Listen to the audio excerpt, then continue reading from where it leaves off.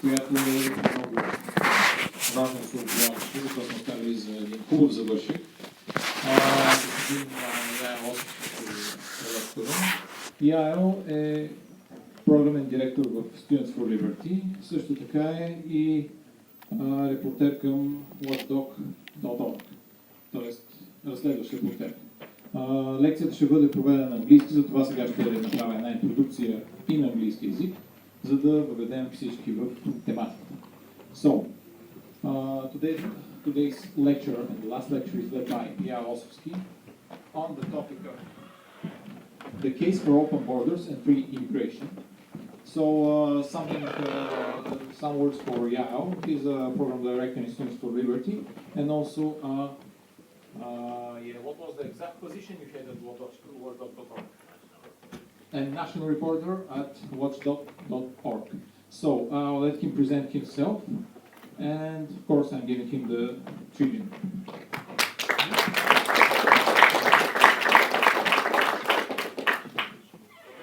Merci. Добър ден.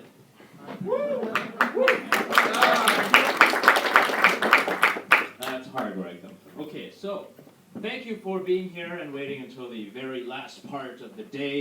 Now we have basically filled our minds with the great subjects and the topics that we've had from the speakers. It's been very excited to at least see everyone here and kind of hear the bustling when the doors open and people are excited and at least talking about what has happened before. So I'm here to kind of I guess give a last speech, perhaps as something that many of you might believe in or perhaps would like to go against me on. And I would encourage any and all of you with any of your comments, debate, questions, we'll get into that throughout the presentation and afterwards. I'm interested in this topic, in immigration in particular, obviously because I am in Europe and I'm obviously not European, first off. Second off, I have been an immigrant since an early age. I was born in Quebec, Canada, and my family moved to North Carolina in the United States, and I did not become a citizen until about 2010. So I know what it's like to live somewhere and not be a legal resident. I know what it's like to have to be considered an immigrant and go against the huge leviathan of the state, which wants to keep so many of us down. So that's sort of the background of what has led me in this direction of talking about immigration, of going to different places, different cities now, and talking about immigration in an open way, and the debates for and against, and exactly why you should be always in favor of much more, and I believe it is so important for that. So let us continue. The story of immigration is a beautiful one. All of us are sitting in this room right now, but we did not just be born in this room. We had to move at some point. Like many of our ancestors, we've moved across the globe relatively freely now for tens of thousands of years. It's been a huge migratory flow all over the world. Now we have people populating South America, North America, Australia, Africa, all corners of the globe. There obviously were no border guards at that time. What a hectic thing it would have been. Instead now we have these things, borders. This is a picture that I took between my neighboring state of Vermont and Quebec, Canada, where I'm originally from. There's a sign right beside the border. It says, "Save our border. These terrible Canadians are coming down to the U.S. and ruining things." So they have a sign right there, and it's right near the border. This is one of them. As you can see, it's not too heavily armed, not too much going on. They just have one post. They have one guy who asks for your passport, and that's about it. The border between Germany and Austria, I just drove through this just a few weeks ago. It's just a sign, Bundesrepublik Deutschland. Just a sign. It's great. That's the Schengen zone. You can drive and walk and work in between all of these borders that have been drawn upon maps. That's one great thing of the Schengen area that I'll talk about there. So that's another example of the border. And here's another one. This one's a bit more drastic. That little one between Israel and Palestine, specifically the West Bank. You can have the Gaza Strip. Whatever it may be, this is one of the most notorious borders in the world, one that obviously I hope never comes to our European shores, and it's something that I'll talk about here today. So, for most of history, as we know, borders have been very open. It's been very, very easy for us to travel. It has not been this kind of current state where we have to constantly and continuously show our passport and get the visa and go to the embassy and pay the fee, and then at the last moment find out we've been rejected. Actually, most of history has been open borders, has been people allowed to travel between countries without any sort of justification. Today, that's not just travelers that have planted themselves in different countries, it's actually people who are living their entire lives. Immigrants who moved into other countries, started jobs, work, and any kind of companies, maybe they've started a family or two there. Today there are 232 million people who live in a country that isn't the one they were born in. Now for some of you who perhaps don't come from Bulgaria, which I don't think is too many in this room, it might be very surprising. Some of you might say, hey, 230 million people across the entire globe, why don't they just stay in their countries? Why do they even want to move? What's the point? The biggest figure to look at next is looking at the First World War. This is something that will be a current throughout my speech because I think the First World War is probably the greatest travesty that we've had in terms of personal liberties and civil liberties in our time. Before World War I, it's not too hard to imagine, there actually were no passports. There was no universal system by which we could go into another country and have some kind of permission. Rather, it was rather open.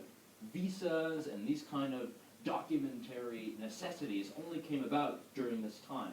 Governments clamped down and says, as a temporary measure, we will require all citizens who attempt to go to another country to have passports.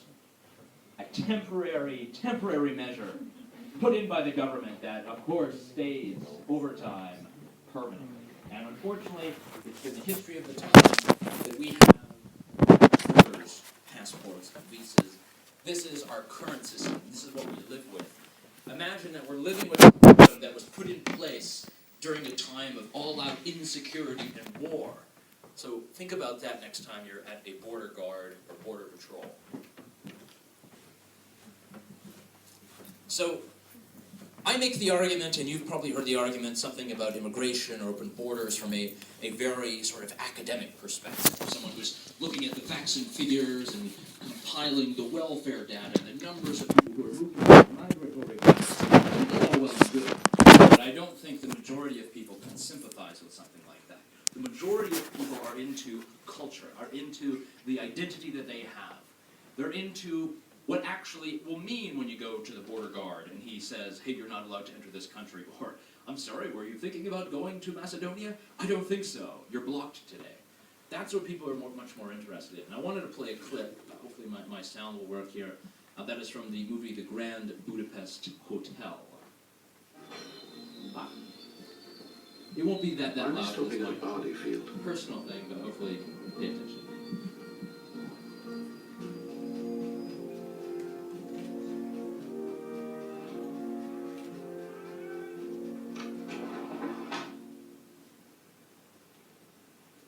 Well, hello there, chaps. Documents, please. With pleasure.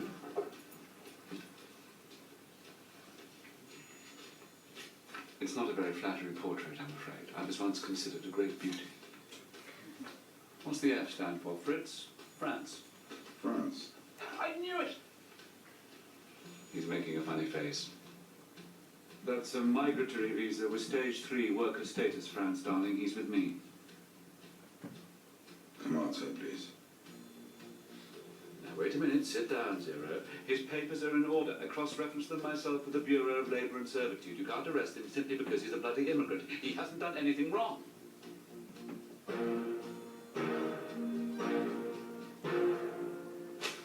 Stop it, Bill! Never mind, Monsieur.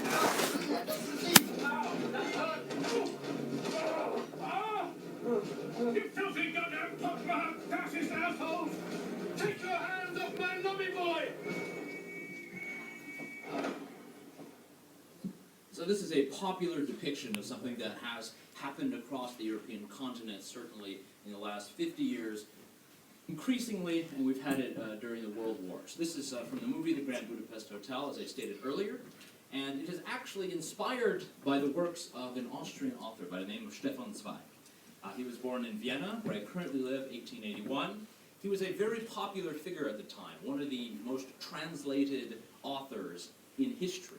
His books were actually regularly cited by Hitler and Goebbels as the exact trash that we would want to ban in our society.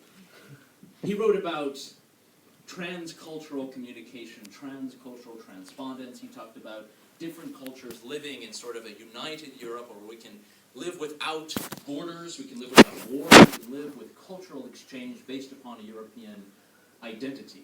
And I played the clip because in many of his stories, actually, he's showing how the military or border guards or basically government agents, let's just be honest, are the ones who are going to take this immigration policy or this temporary fixture by which we don't allow any foreigners in, and they're really going to take it and enforce it to the full effect. They're going to start picking people up, telling people they can't stay, they should leave, they're not from the country, this kind of stuff. And he has so many great lines in many of his books and also his autobiography in which he talks about exactly what it was like before the First World War for anyone who wanted to travel around the world. This is from the autobiography he wrote called Die Welt von Gestern, The World of Yesterday. He wrote this right before he actually took his own life. He was an immigrant over to Brazil. He lived all throughout Europe all of his life, but he was Jewish at the time. He was persecuted by the Nazis and decided to, instead of trying to find refuge in the United Kingdom and London, which was being bombarded every day by bombs, he decided to move to Brazil and eventually took his own life. For him, some of the greatest quotes that I have kind of compiled is when he's talking about freedom of movements and civil rights in the First World War. And indeed, perhaps nothing more graphically illustrates the monstrous relapse the world suffered after the First World War than the restrictions on personal freedom of movement and civil rights. Before 1914, the earth belonged to the entire human race. Everyone could go where he wanted and stay there as long as he liked. You boarded your means of transport and got off it again without asking or being asked any questions. You didn't have to fill in one of the single 100 forms required today. No permits, no visas, nothing to give you trouble. The borders that today, thanks to the pathological distrust felt by everyone for everyone else, are a tangled fence of red tape, were then nothing but symbolic lines on a map, and you cross them as unthinkingly as you can cross the meridian in Greenwich. So this is the kind of popular attitude that he was writing about. I mean, this was going on just in the days of the 1920s, 1930s, and going on until the 40s. This is something that, for him, showcased exactly why Europe was headed down a dangerous, dangerous path. That was the path of Nazi barbarism. Obviously, that was taken over by communist barbarism, and all of you sitting here today know a lot about what that is about. So he's someone that I like to use as a sort of a purveyor of our ideas within European Students for Liberty, from which I'm programs director. This is another line in which he's talking about just how frivolous a lot of these borders are, especially when people want to travel, want to engage with other cultures, want to explore what's going on in different parts of the world. And this is the campaign that we ran with European Students for Liberty. Many events that took place all over the European continent, all over the Netherlands and Italy and Poland and Estonia and Denmark, and hopefully we can continue on this and continue to push it as much as people are interested. So the next kind of idea that I want to introduce while presenting this case is the idea of Heimat. Heimat is sort of a German word. You don't really have a direct translation. I think that's the most beautiful thing in a lot of languages, when you don't have the direct translation in certain words, so you have to explain it. The idea of Heimat is the idea of home, of being within yourself. It's your culture, it's everything that you have within you that is not represented physically. It's something that for a lot of people who've been pushed from their homes, just imagine all the millions of migrants around the world, home stays with them. They say Heimat is kein Ort, it's not a place, it's a feeling. Heimat is ein Gefühl. So you have to imagine that even if we're being pushed or pulled in certain directions, as was Stefan Zweig, he still had this sense of European identity with him wherever he went. One more speaker, or I guess intellectual, that I would like to present to the argument first is Joseph Carrots. He's a fellow Canadian, a political scientist, and he wrote a great book called Aliens and Citizens, The Case for Open Borders. And this is just to give a much more concrete argument to the very beginning of this, about exactly why free immigration, migration is an important concept that all of us should fight for. So free migration may not be immediately achievable, we know that, but it's a goal toward which we should strive, and we should have an obligation to open our borders much more fully than we do now. The current restrictions on immigration in Western democracies, even in the most open ones like Canada and the United States, are not justifiable. Like futile barriers to mobility, they protect unjust privilege. This is the case with every single country in which we see these terrible restrictions that are put in place. Luckily, over the span of history, there have been times when immigration has been free and open. Many of your ancestors, or perhaps other parts of the world, and certainly in Europe, all fled over to Ellis Island in New York City. This was the opening port to have immigrants come into the country. All that was required. It was not a bank statement. Let's see that we have 10,000 euros in your account. It was not any kind of official signatory letter. Do you have tuberculosis or not? Do you have any kind of illness that would affect the broader public? No. Okay, welcome to America. That's what it was on Ellis Island. And between 1892 and 1954, 12 million people entered through this single spot in the north. You imagine that's just the East Coast. Imagine the very same on the western coast of the United States. So my central argument, the thesis of what I'm trying to present here, is that the ability to travel without impediment, without justification to any authority, is one of the most principal rights that we should hold dear. In the United Kingdom, they say this is the right of abode. It's the freedom to live in, and to come, and to go into and from a country without let or hindrance. That is not to say that political jurisdictions don't matter. I think a lot of opponents of this idea, when you say open borders, assume you mean one world government taking over everything. Not at all. This is about competing industries, competing jurisdictions, taking the principle of competition, which works very well in the economy, and applying it to our own borders. This is really what offers individuals the opportunity to make their lives better, richer, to improve their situation. They're escaping war, oppression, poverty, slavery, all the terrible things that many of us would like to get rid of in our societies, but in some parts of the world, they still continue on. That's why we should push for this idea, and I believe it is so central to our mission as either young people, as journalists, as think tank professionals, as businessmen and women, whatever you need to do. I think this is one of the greatest things that we can cling to and advocate for without trying to turn the other side off. This is an issue which should unite so many people in the spectrum of ideas. And I think that's why we need more examples of the positive aspects of this, and that's why I kind of want to bring it up. We have a lot of modern examples of how this does work. In Australia, if you are born in Australia and you decide to move to New Zealand, they don't care. You're allowed to go and live and work in New Zealand for the rest of your life. Much the same if you are a Kiwi and you attempt to put yourself in the Aussie hinterlands, you're allowed to stay, live, and work there the rest of your life. You don't have to apply for any permit, you don't have to ask permission, you don't need a visa, you don't need to go to the embassy. You just show up, you buy a ticket. You buy a ticket and you go to Melbourne, or you go to Brisbane, you go to Sydney, you go to Perth. Any of these places you're allowed to live and work for the rest of your life. Much the same between the United Kingdom and Ireland. This has been in place since 1952. Two very different countries. Obviously they haven't had the best past, but still, by the common travel area, you are, as an Irishman, allowed to go and set up, work, and live in the United Kingdom for the rest of your life. Nobody needs to know about it. Nobody needs to have any kind of proof or any kind of bank statement. Again, you are free to travel, free to work, free to live in both of these countries interchangeably. There's a starting experiment in Western Africa. It's the Economic Community of West African States. What they've been able to do, at least in the short time that it has been around, put in force since the 80s, is you have, we would say, laxer visa restrictions. Obviously, it's not going to be a panacea of wonderness in Western Africa, a region that's still plagued by a lot of hostility, a lot of civil strife, but still, it's a first step, and it's something by which, if you are, let's say, a Nigerian, it is much easier for you now to travel to, you want to say Guinea, or you want to go to Cameroon, or anything like that. So it's about putting down the barriers of people wanting to trade, about people wanting to move, people wanting to travel, anything like that. The greatest example that I will find today, and I am an unequivocal supporter of this idea, and that is the Schengen zone. I can, with my bicycle or car or anything else, go from Lisbon in Portugal all the way up to Tallinn in Estonia, never showing anyone my passport, not having to talk to anyone. What a great system.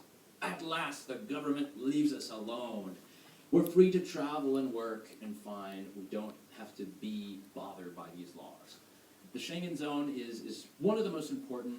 Obviously, this is something that affects upwards of 420 million people. Huge number.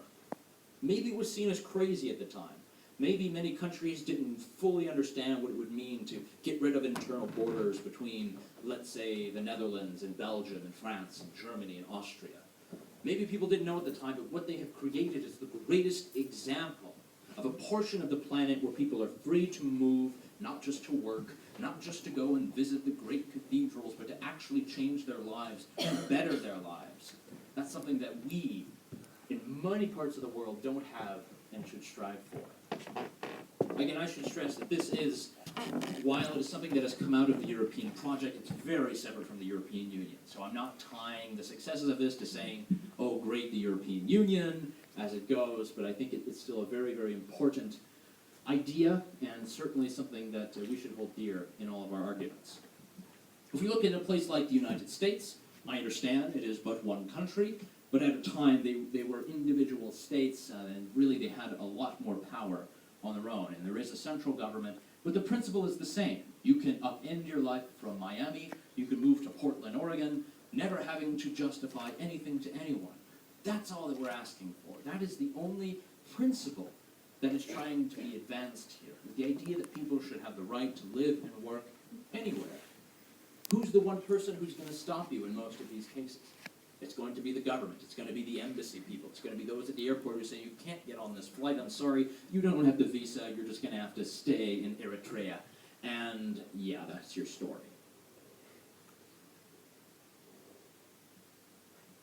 So looking at this argument, even broader, we even bring in the academic perspective once more. One of the greatest academics on the topic of immigration, certainly open borders, is from George Mason University. That's the economist Brian Kaplan.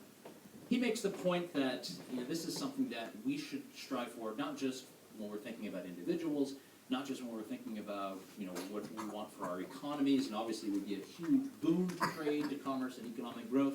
But he says, imagine it through the perspective of discrimination. Imagine the U.S. made it illegal for blacks, women, or Jews to take certain jobs or live in certain neighborhoods. You wouldn't merely object, you'd be appalled.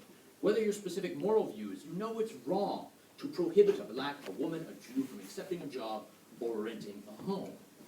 How, therefore, is mandatory discrimination against foreigners less wrong than mandatory discrimination against blacks, women, or Jews? It's an interesting perspective. We've always had kind of this fear of the other, the fear of those on the outside, those gypsies that are in the corner that we don't understand, that we don't know they're not going to adapt to our society. One point that is talked about, at least in sort of presenting the idea of our current migratory framework of the world, is the power of the passport. How many of you have compared passports with some of your friends from abroad? How powerful is your passport, they say? This is a list that's put together by a group of, I believe they're commodity traders, and they just try to compare passports to show people exactly how powerful your passport may be. Here on the left side, the strongest one, you can go to 173 countries without a visa. We have Finland, Sweden, and the United Kingdom. If we go down one more, Denmark, Germany, Luxembourg, United States. If we're all the way over here at the completely shitty end, we have Angola, Brunei. These are great countries, obviously, if you want to travel the world. These are countries that, unfortunately, their citizens have a very tough time to get out. If we look at the colors that are more yellow, these are the places that are extremely restricted. Some of you might have friends who have attempted to travel here, or perhaps you've been traveling with, and they've had to ask the embassy here and apply and have to pay 300 euros for this or that. There's a colleague of mine who works in Nigeria. He does much the same, Students for Liberty in Africa. And basically, to get him to Berlin, an easy flight, not really a problem, we had to coax the local embassy. We had to almost bribe them. I had to call them myself. I had to show them every single part of his trip was paid for, every single part of his trip. There was no worry. He was not going to stay in Germany. He's not going to try to camp here and find a job. I promise he's just here for a conference for the weekend. It took that much work. Whereas for me, if I want to go to Nigeria, I just get on a plane, land, and all is good. Maybe I'll even have a chauffeur waiting for me at the airport. That's the sad reality. You know, I don't say that as something to where I believe I should be privileged. I don't think it should be that way. I think everyone should have the right to be able to travel freely without all of these unnecessary administrative barriers. Barriers that, in many cases, become deadly because people are willing to risk their lives to cross them, to improve their lives.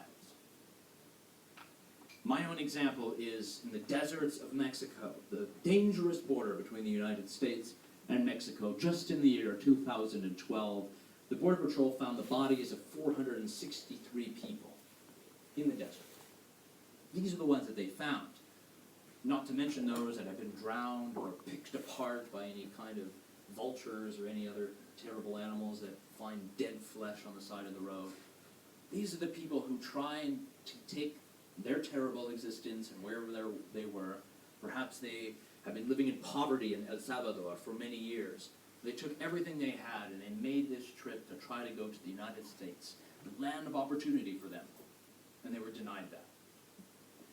Many of them leave because there's violence in their hometowns. The drug gangs have taken over, and that's an argument for looking at ending the drug war.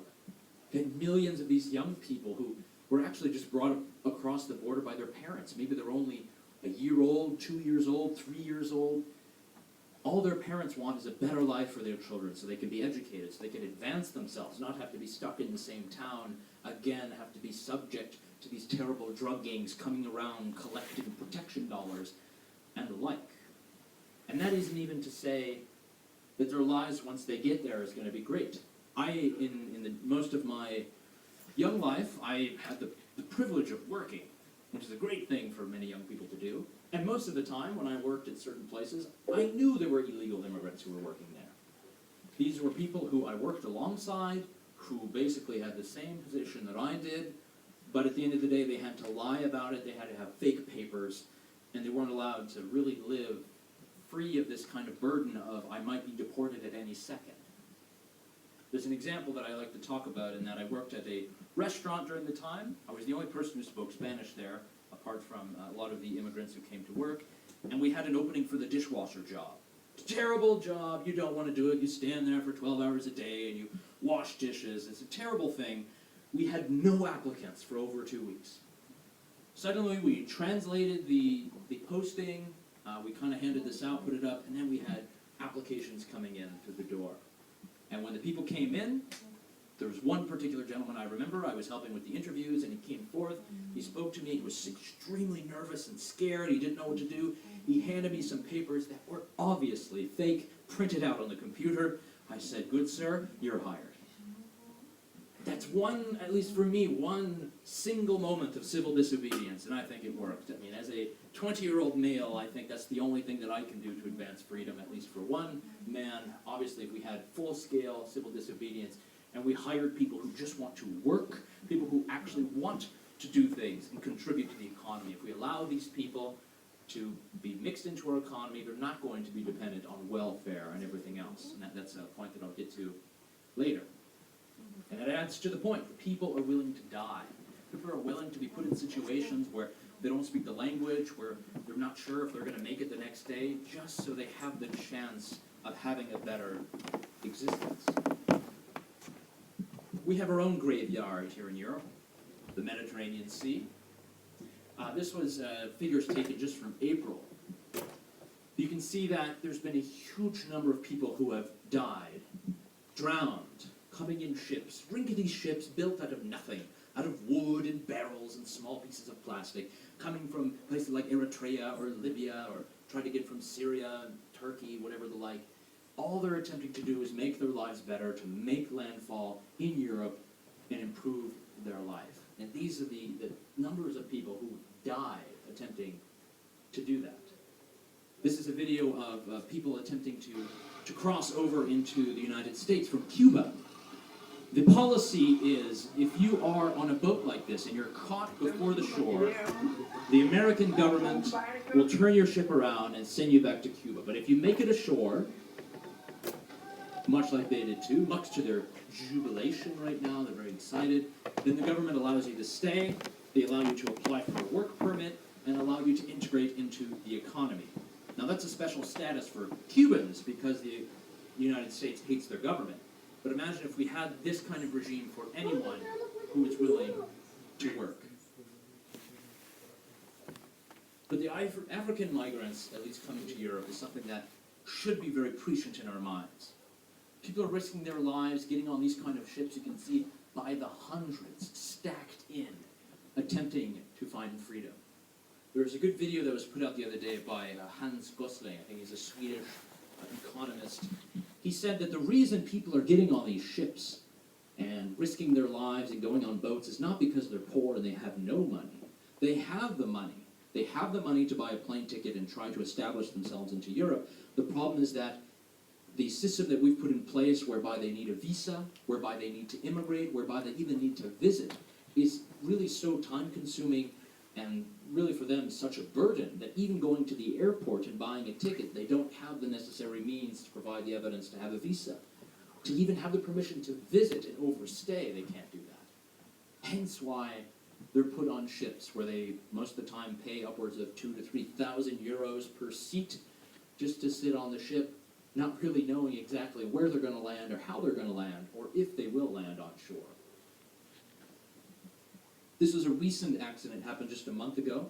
A huge boat carrying a lot of these migrants in the Mediterranean Sea capsized. 800 people estimated died. 800. 800 people who were just trying to get to Europe, just trying to improve their lives. They came on a ship like this. They took water at some point, flipped over, capsized. The world was outraged. The EU came out with a huge statement saying we must fight this and we must make sure that these people are allowed in. They have obviously terrible recommendations because they are but a government institution, and I'll talk about that in a little bit. But these are the kind of things that are happening all the time. We don't hear them all in the news. People at this moment right now are trying to get into Bulgaria from Turkey, or trying to get to Lampedusa from Eritrea or from Libya or any of these countries. It's the EU that's saying, no, we must have a policy. Our policy is, let's sink the ships. Let's make sure they can't get across. I'll talk about that more. This is their actual policy document that was put up in response to this tragedy. They said, a systematic effort to capture and destroy the vessels used by the smugglers will be our policy. So they're going to shoot the ships, sink them, torpedo them.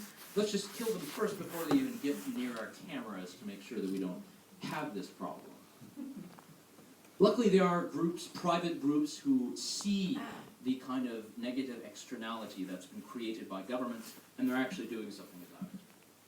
The Migrant Offshore Aid Station is a group that we had at our conference in Berlin, the European Students for Liberty Conference. Over 500 people came, and they were one of the speakers there. And what they do is they were founded by a wealthy American entrepreneur who was on a vacation one time and saw just a jacket floating in the water.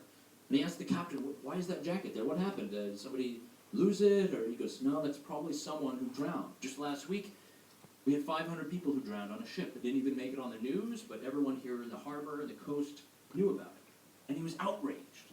He said, how can this be happening? So he put together a team, he bought a ship, and now he patrols the waters, finding migrant ships, offering them water, life jackets, finding the children and the women who might be sick or pregnant and offering to take them themselves to shore. And getting the Coast Guard involved and really attempting to help them out so they're not going to die, because nobody deserves to die at sea. That's their tagline.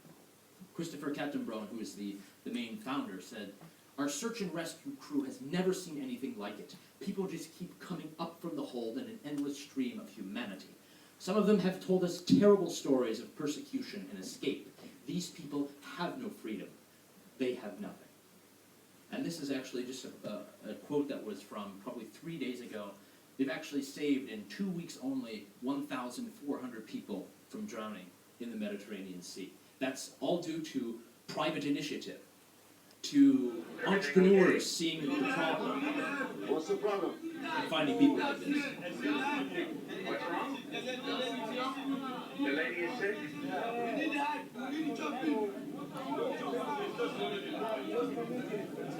What's wrong? Can I pull up to the back? I want to see the lady. What's wrong with the lady? Just one speak, so we understand. Huh? Take a picture. Okay, well, we're going to be off the boat shortly. We're going to take the ladies off first, okay? All right, so they'll be fine. Hey, slowly, slowly. Calm down.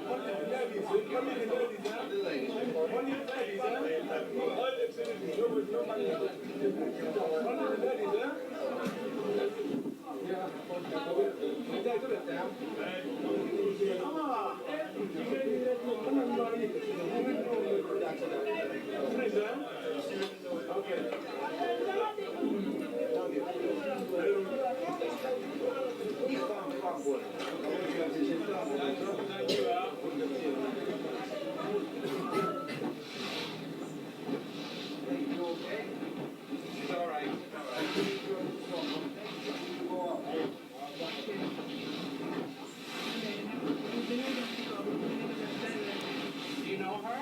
Yeah, I know. Is she? The International Organization for Migration put together a study, and they've estimated that 40,000 people have died across borders, any border.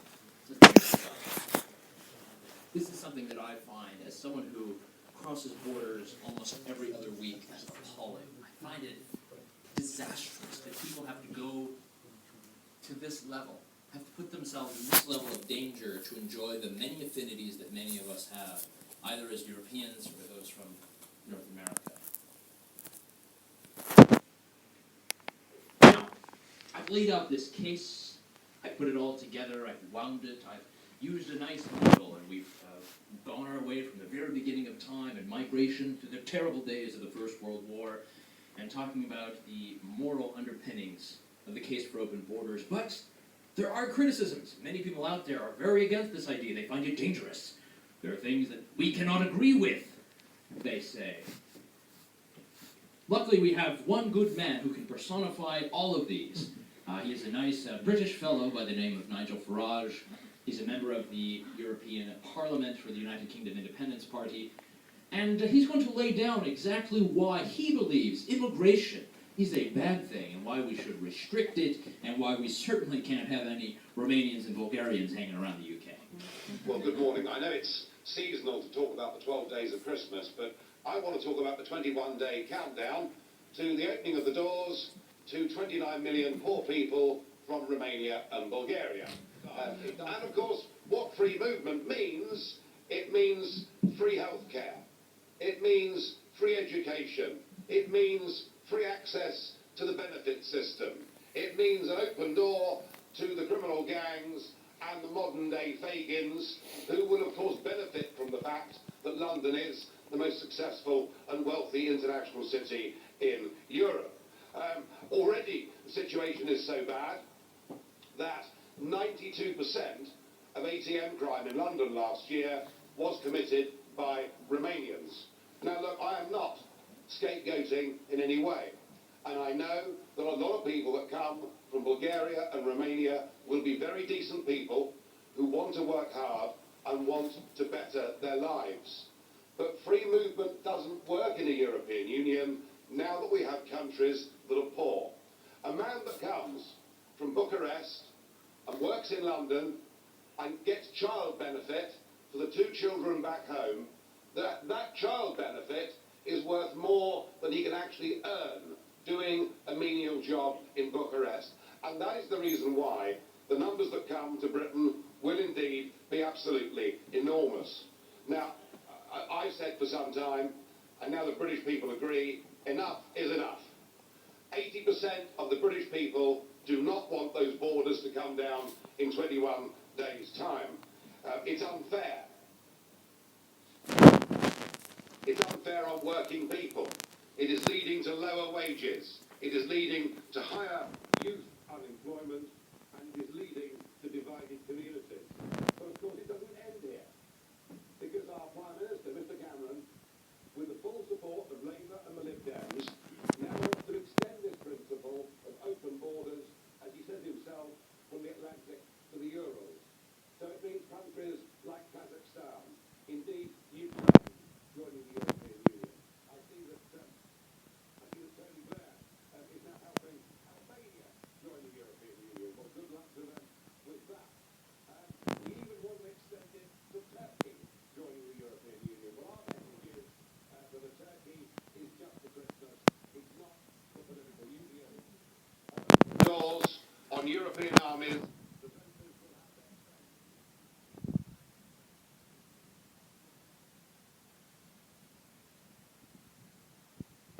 May. Thank you. Of course, we had this election and his party lost. They had just They got third. third. Yeah. Huge power now in UKIP, just a huge dominant force there in the House of Commons. So we heard the arguments, point by point, and I made a point to try to instill Nigel Farage into this because he personifies them in a great British accent, so it sounds like more authoritative. So, debunking the arguments against this kind of anti-immigration tirade, welfare. This is the most important one. This is the one that young people, for some reason, even though they're not on welfare, seem to be the most upset about. I've given this speech now in the Netherlands, in Austria, in Serbia, and every single time, every single case, there's always the people who say, but what about welfare? And they say, Milton Friedman said that, so obviously it must be true. What Milton Friedman said in one of his writings, he said, you cannot simultaneously have free immigration and a welfare state. Well, obviously my response to that is just trickle down the welfare state, but many people are not going to be excited about that. Rather, looking at this, we have to look at other writings by Friedman in which he says that illegal immigration is something that is unilaterally good for the system, and that people pay into the system without being able to take anything out. This is many people that I went to school with, that I've worked alongside, they pay into national systems, they pay into the state systems, and obviously because they have fake documents, it's not as if they're going to be receiving huge checks, huge welfare benefits the rest of their lives. It's a bit different in Europe, obviously, how it works, certainly just because of the European Court of Justice initiatives and all things that have been signed into law and part of treaties and the like. But we have to look at the bigger picture here. And the bigger picture is that when we look at immigrants into a society and the native population, there are more immigrants in that case that are active in the workforce when compared to the native population. And in these cases, immigrants use welfare at much lower level than the natives. I think most people are just upset that there's any usage of welfare, which is an argument to be made. I guess the number one principal use of welfare that a lot of people are against, cash benefits, which again is something that is only in certain European countries, or schooling, education. That's something that upsets a lot of people, and they're very upset about that. So therefore we have to look at the numbers, we have to look at the figures and actually look at where this money is going, how much of it is being used, and we sort of see that over time, while we tend to believe there's been this huge spike and everything has gone up, it's really not the trend. The trend is not, and a lot of these numbers will be from the United States, that's just where a lot of the figures are. Some research from Germany on this, some from the Netherlands, but when we look at it over time, we're not seeing this huge spike, as people say, even though there have been more people entering our societies. In the United States, if we look at the use of any kind of welfare, it's a huge majority, it's like 89, 95% used by the native population. There's but a tiny blip of those that are non-citizens, those who have immigrated recently, are illegal immigrants, anything of the like. Again, that's assuming that you're going to have education. That's a part of that. If we look at the European Union, the numbers of people born in other European states, many times this upsets people when we talk about those who are immigrating into Europe. And if we actually look at the figures, most immigrants in a certain European country just come from another European country. Many of them come from, let's say, Sweden to Austria, Greece to Italy, Spain to Portugal, anything of the like. These are actually the greater figures in terms of the percentages of immigrants that are going in between countries. You as a Bulgarian moving, uprooting your life to Italy, you're still an immigrant. But by the European laws, of course, it is different and treated as such. So illegal immigration, as Milton Friedman said, is categorically a better thing because people pay into the system. It's something that obviously we can debate about and continue going on about, but I still don't think that that alone, whether that might be true that we have any kind of assistance offered to people who immigrate into our country, whether legally or illegally, does not justify restrictions on the movement of people. That's what we have to hold on to.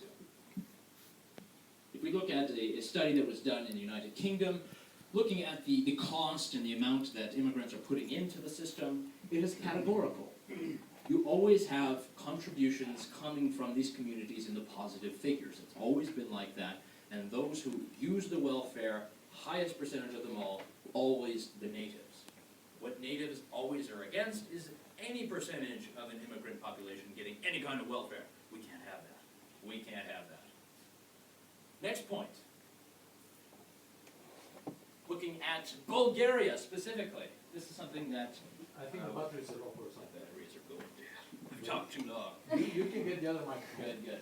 So if we look at Bulgaria, interesting case, eh? So Bulgaria and Germany. So we look at Bulgaria and Germany. Many Germans upset that all these Bulgarians are coming into our country, taking all of our welfare and benefits. Very nice. Hello.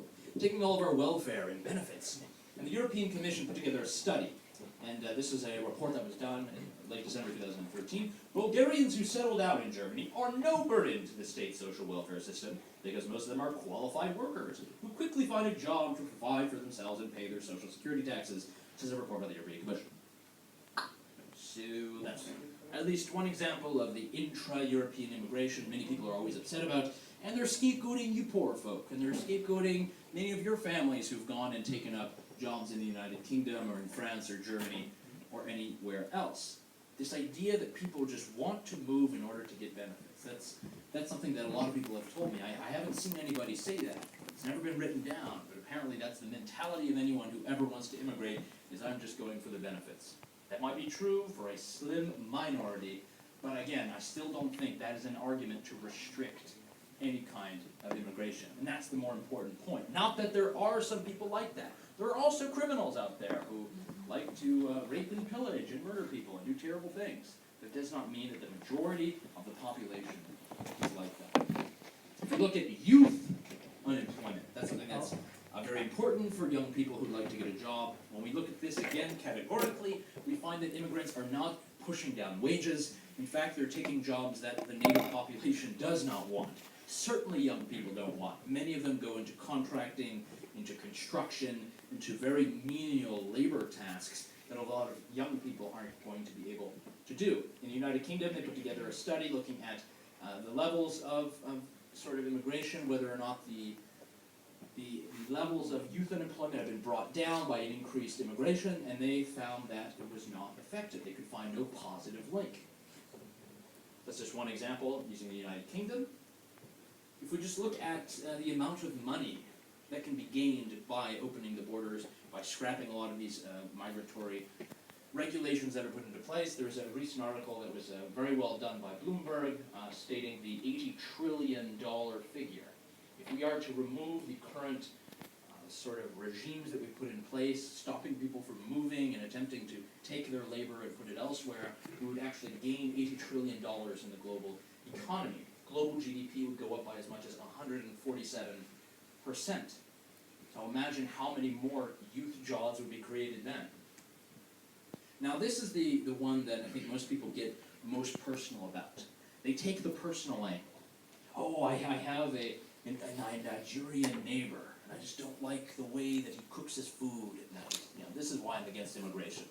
I've heard this so many times. And in my community in North Carolina growing up, that's exactly what it was. We don't like them Mexicans that come in, got their weird culture, speak a different language. I just don't like it.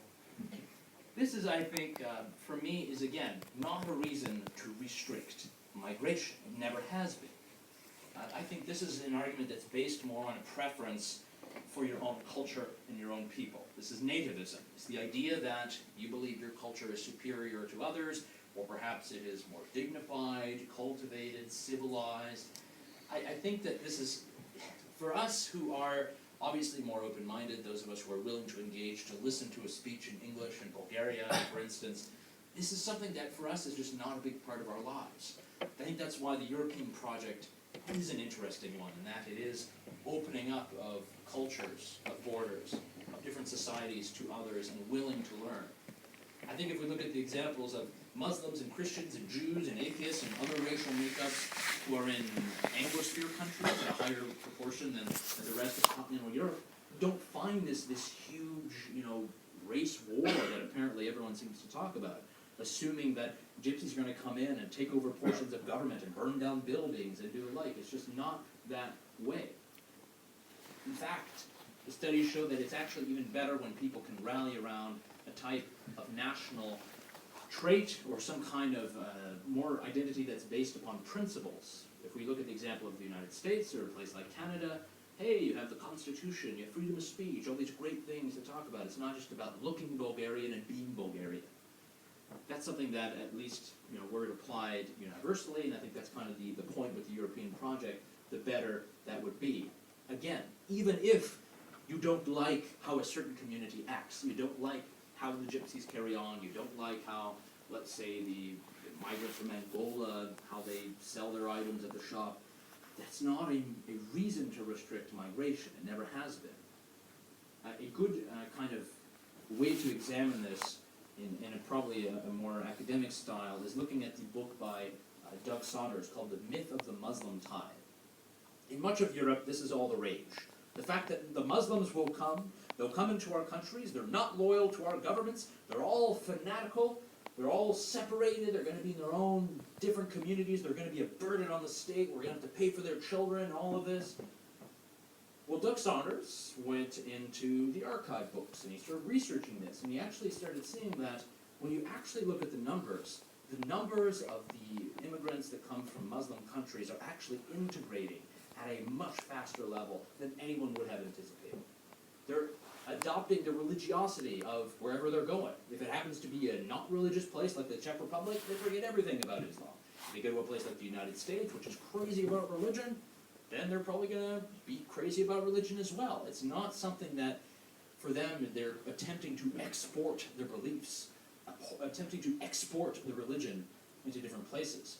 Many people like to say that there's going to be this extremism that's implanted into our community, but in much the case that just has not been true.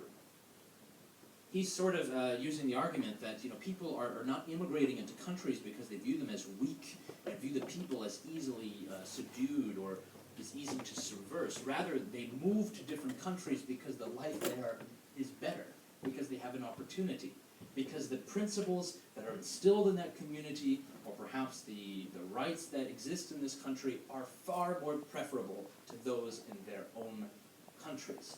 That's the reason people work. That's the reason people want to work elsewhere. That's why they want to improve their lives. Actually, an interesting argument that I want to make about this is he actually uses the present example and the past example of the Catholics moving in mass to Canada and the United States. Many people at the time, 1800s, said, these Catholics are crazy. They're religious fanatics.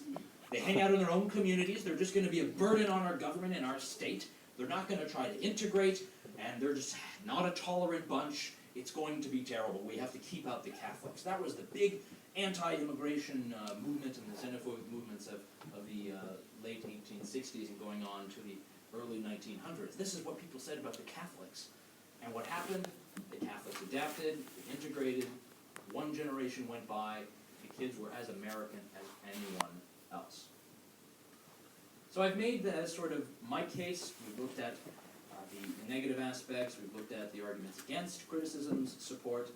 Now we're looking at the solution, the very end of my talk, wherein I say, this is exactly what we need to do to make everything right. Actually, no, not at all. No speech is ever like that.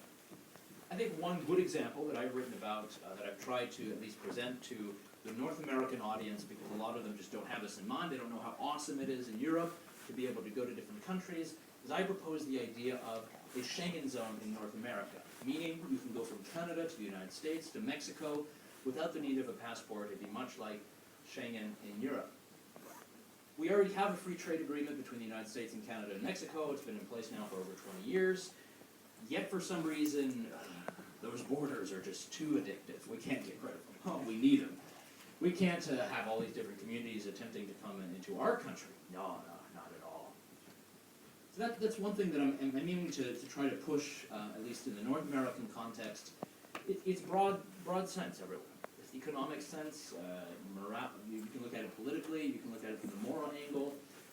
Allowing people the fundamental right to vote with their feet, to move where they want to, work where they want to, is generally going to allow more economic growth, more positive impact on economies, communities, and the like. We should just give people the choice to live where they want to live, regardless of where they live. If we look at the European Union, this is a model that has worked very well. Schengen has worked very well. And a temporary solution, this is something that I'm giving, a temporary solution that could be worked out is put forward by my friend Peter Kleppe of Open Europe in Brussels. He talks about the idea of free havens, where a lot of these immigrants who are attempting to come into Europe, the current laws don't allow that. Current law says we should shoot the boats down or attempt to not let these people in. He says we should allow free havens, allow people to come, set up different communities in which they are allowed access to the rule of law. They can start businesses, they can start reaching out, trying to be more entrepreneurial. And this will allow people to invest and actually create something positive out of the terrible situation that they're in. You can start this in, whether it's in the very, very south of Spain, near the border with Morocco, or you can do it in parts of North Africa as well. At least offer people a temporary solution to getting out of the misery that is the wars in Syria or the conflicts in Central Africa. Allow people an opportunity to make their lives better one step at a time.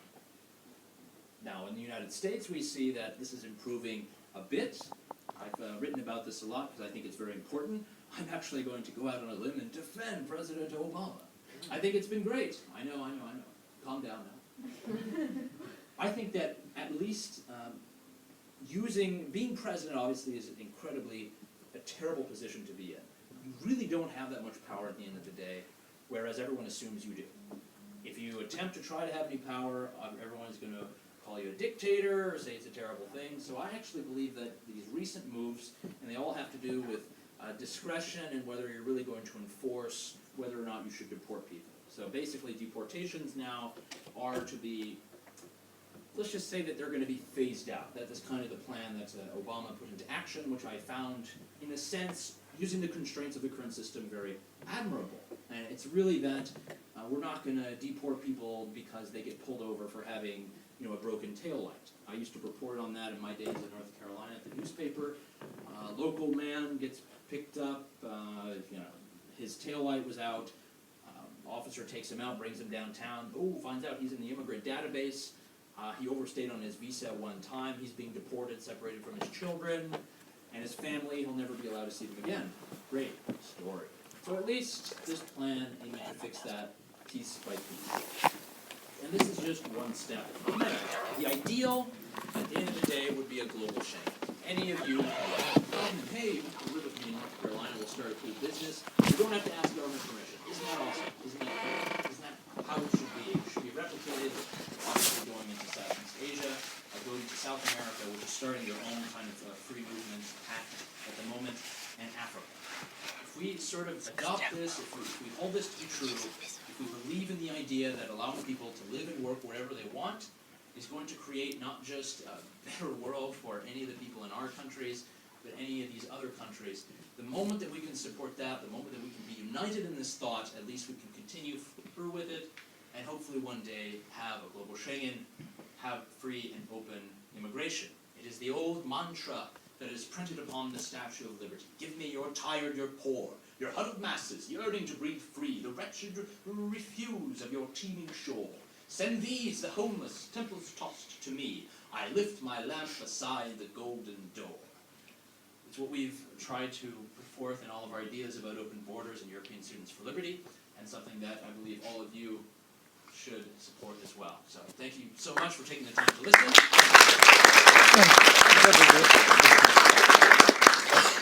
Кратко време за въпроси и отговори, short time for question and answer because we don't have enough time. If any one of you has any questions, comments, anything, one from Brent. And okay, Brent. In one of the quotations, it said that immigration laws were there to, you said something like it protects unjust privilege.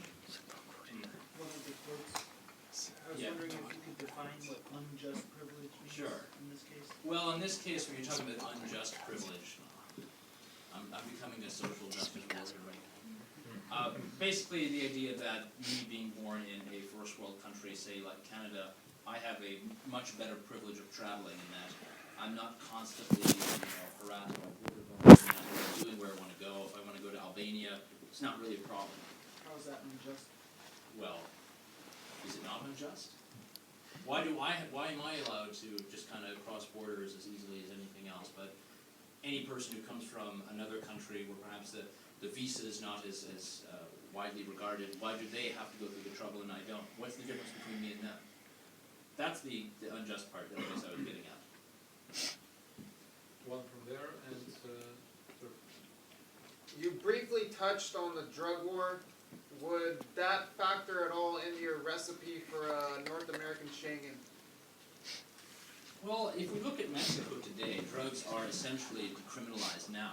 And still the drug war continues on because of all the demand in the United States. So if you were to decriminalize or essentially legalize a lot of the minor drugs that people are trafficking or involved with, I think it would be much easier to foster this. I think it would be much easier at least to try to integrate these countries. The problem now is always just income and the idea that as soon as you open the borders, half of Mexico would go and sit up in California and try to steal all the jobs there and do whatever it might be. I think at least if you were to end the war on drugs and stop putting all the resources into people who are peddling small amounts of a funny plant that grows naturally, I think you really would have at least a better environment for trying to push this narrative. And actually you could create a pretty damn good industry, which is working pretty well in some states in the US. So yeah. Just to clarify something, the European plan to wall those boats up is not does not mean to destroy the boats with the people. It means that they will work with the Libyan Coast Guard and destroy the boats before they are welded on the harbors. So the European Union does not want to murder immigrants because It's not to say to murder, I understand. It's the smugglers, right? We need to get rid of their ships and all of this. Get rid of the smugglers who are trying to do things. Yeah, I understand that point, obviously, but because it sounds of course, if we give, if the government says a thing, then they're going to follow that rule, obviously.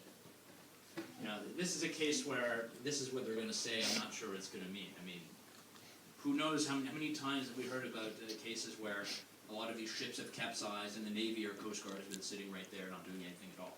Maybe not all. It's probably better. Keep away the cameras and the like. one last question, Matt. Okay, Stoyan. So, you're collecting criticism. Have you heard the one from Hobbit? Like the Hobbit argument, who says that basically,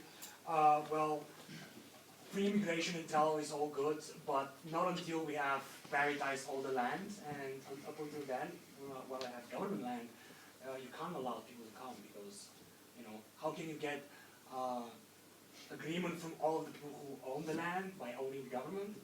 So that's the argument of Hobbit. Wow, that's a nice one, isn't it? Yeah.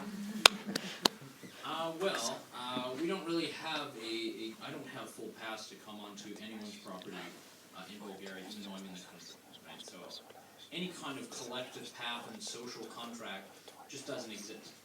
There is no social contract that I signed, certainly that you signed. This is something by which, there is no such thing as common ownership of property. They like to say it exists. In Mexico, it's even written in the Constitution. All land belongs to everyone.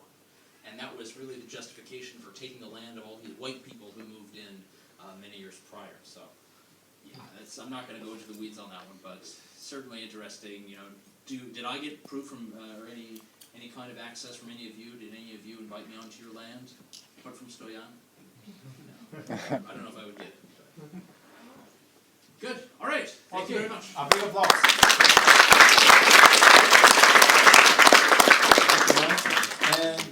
To wrap it up, ще дам думата на Стоян само да каже някакви финални думи, за да заключим конференцията.